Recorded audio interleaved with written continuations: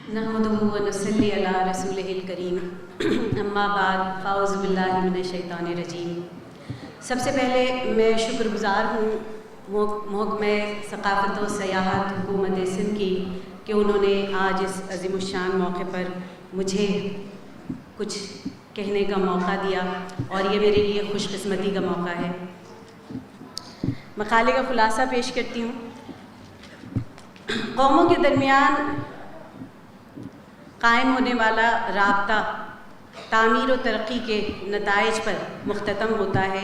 और अक़वाम के दरमियान शादमानी और खुशहाली और चहल पहल के तमाम इम्कानात लिसानी हम रिश्तगी की मदद से वजूद में आते हैं और इसी रिश्ते से इंसानी जिद्दोजहद की अज़ीम तारीख़ वजूद में आई है। इस अज़ीम तारीख़ के गैर तारीख़ी माख़ज़ात मुख्तलिफ़ ज़ुबानों के अदब पारों में महफूज होते हैं। इन माख़ज़ात से इंसानी समाज की तारीख़ और तहज़ीब इंसानी के मुख्तलिफ़ मराहिल के तयन में जो मदद मिली है उससे हम सब वाक़िफ़ हैं। तारीख़ हो, इल्मुल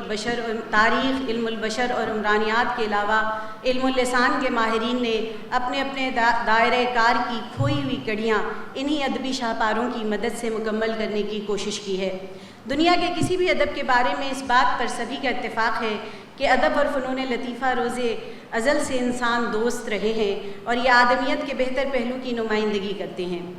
20वीं सदी ने अदब के आलमी मंजरनामे में नित नई तहरीकात और रुझानात के जिन दायरों का इजाफ़ा किया है उनमें से एक बहुत अहम और वसी तहरीक फ़ेमिनिज़्म या तानीसियत की है, जिसने हमारे यहाँ भी फ़िक्र के नए नए ज़ावियों को जिला बख्शी है और अदब के कदीम व जदीद तस्वुरात को नए पैमानों और मयारात पर परखने की मुनज़्ज़म कोशिशें भी हमारे यहाँ सामने आने लगी हैं। इस खुलासे में मैं तानीसियत उसकी तारीफ़ और डेफिनेशंस की तफसील में नहीं है, बल्कि उनकी दायमी शोहरत व मकबूलियत का सबब वो क़िस्से, अलामतें, तलमीहें, इस्तियारें और तशबीहात हैं जिनसे सिंध का बच्चा हमेशा ही से वाकिफ़ था। उनके बुनियादी मौज़ूआत में इश्क़ व मारिफत, हुस्न व मोहब्बत और रूह व जिस्म के असरार और रमूज़ कलीदी अहमियत के हामिल हैं। इन मौज़ूआत के बयान के लिए उन्होंने मारूफ़ लोक दास्तानों के अज्ज़ा और उनके अहम किरदारों से मदद ली है और उनका शायराना बयान ऐसी फ़नकाराना शान और तख्लीक़ी अहमियत का हामिल है कि शाह साहब के मौज़ूआत ख़्वाह वो इंसानी और समाजी हों या मुतसव्विफ़ाना और रूहानी, सब के सब सिंधी तहज़ीब का जुज़ बन गए। साथ ही हम असल रुझान अपने अहद और अपने दौर के शऊर का रुझान और उस भरपूर शऊर का मुज़ाहरा करते हुए उन्होंने अपने कलाम में मुनक़िस बेशतर दास्तानों को किसी न किसी राग से मंसूब किया है। इस अमल ने उनके कलाम को वो नगमगी और सोच बख्श दिया है जो उनकी शायराना अपील को सिंध तक ही महदूद नहीं रहने देता। इसके अलावा आपके मौज़ूआत और किरदारों की पेशकश में भी वो गैर मामूली वसीउल मशरबी झलकती है। ये वही वसीउल मशरबी है जो दरअसल शाह अब्दुल लतीफ़ बिटाई रहमतुल्लाह अलैह का सूफियाना मसलक है और तमाम सूफियाए कराम का मसलक यही वसीउल मशरबी है। इसी मसलक की बुनियाद पर एक जानिब वो इस्लामी तसव्वुफ़ की रिवायत के पासदार दिखाई देते हैं तो दूसरी जानिब आला इंसानी अक़दार की तरवीज में मसरूफ़। शाह अब्दुल लतीफ़ के मौज़ूआत में वहदतुल वजूदी मसाइल की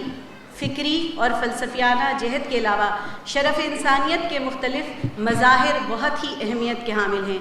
मुहक़्क़ीक़ीन के मुताबिक वो अपनी ज़ाती ज़िंदगी में इस्लामी शरीयत के पाबंद थे, लेकिन एक तो वो दूसरे मज़ाहिब से किसी भी किस्म की मुनाफ़रत के कायल न थे और ना ही उनके अपने अक़ायद में कट्टरपन का दखल था। मज़हब व मिल्लत की तफ़रीक़ के बग़ैर उन्होंने समाजी ज़िंदगी में रवादारी ही को अपना मसलक हयात बनाए रखा।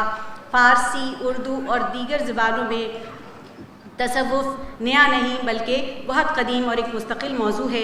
और जिसके बयान के लिए तलमीहात, अलामतों और रमूज़ का एक मुकम्मल लफ्ज़ियाती निज़ाम भी साहिबान इल्म अदब के लिए जाना पहचाना है। लेकिन शाह अब्दुल लतीफ़ के यहाँ तसव्वुफ़ का बयान दास्तानी अज्ज़ा और सुरों के पैराए में है। मज़ामीन तसव्वुफ़ के बयान के लिए ये पैराया अपनी जगह इनफ़रादियत का हामिल है, लेकिन उनकी इनफ़रादियत की मज़ीद मंजिलें भी हैं। मसलन उन्होंने रमूज़ मारिफत के बयान के लिए जो दास्तानें मुंतखब की हैं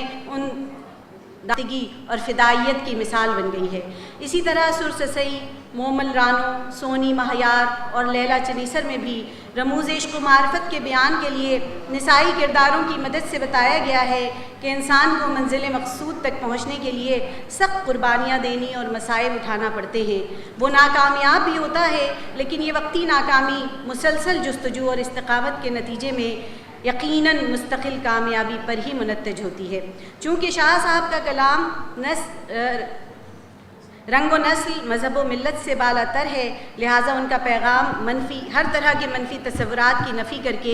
اعلیٰ انسانی اقدار کا اثبات کرتا ہے۔ ہمارے لیے آج غور کا مقام ہے کہ اب سے کئی سو برس قبل ان تمام اعلیٰ انسانی اقدار و رجحانات کے بیان کے لیے انہوں نے نسائی تلمیحات کو رموز و علائم کے طور پر پیش کیا۔ میں نے اپنے مقالے میں کوشش کی ہے کہ موضوعات کے زاویے سے موضوعات کو علیحدہ علیحدہ رکھ کے انہوں نے نسائی تلازمات اور کرداروں سے ہر موضوع کو اجاگر کرنے کی جس قدر کوشش کی ہے اس کو نمایاں کر سکوں، پیش کر سکوں۔ پھر سروں کی مدد سے انہوں نے نسائی کرداروں کو جس طرح سے پیش کیا ہے، خصوصیت کے ساتھ عموماً صوفیانہ شاعری میں